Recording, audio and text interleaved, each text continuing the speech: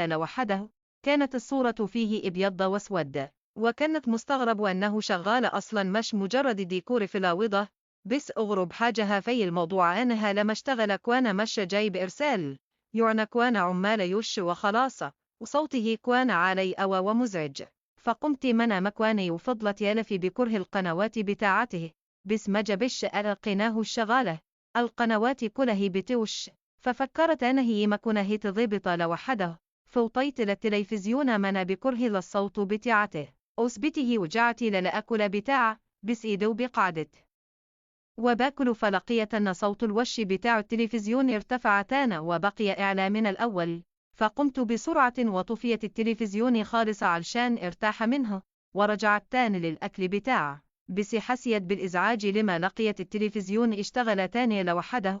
من الواضح أن الكهرباء وصل لها ومفتاح الفصل بتاع الكهرباء